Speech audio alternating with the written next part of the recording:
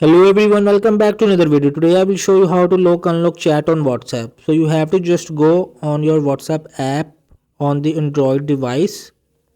So open the WhatsApp app and select the chat of anyone, like click on the username where you can see it and scroll down, and there is chat log. To turn it on to this chat log, so you will turn it on. So simply just turn the on button of chat log. So keep this chat locked and hidden. So you will continue it. Your chat will be locked and hidden from the WhatsApp. So you have to continue it, and you have to fingerprint for lock. So now go back and go to three dots.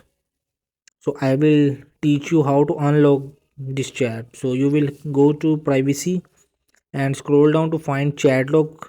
Click to chat log and unlock the chat. So once it's asking for fingerprint, you touch the finger, and your chat will be unlocked, but it will be all clear chat, deleted all messages and history.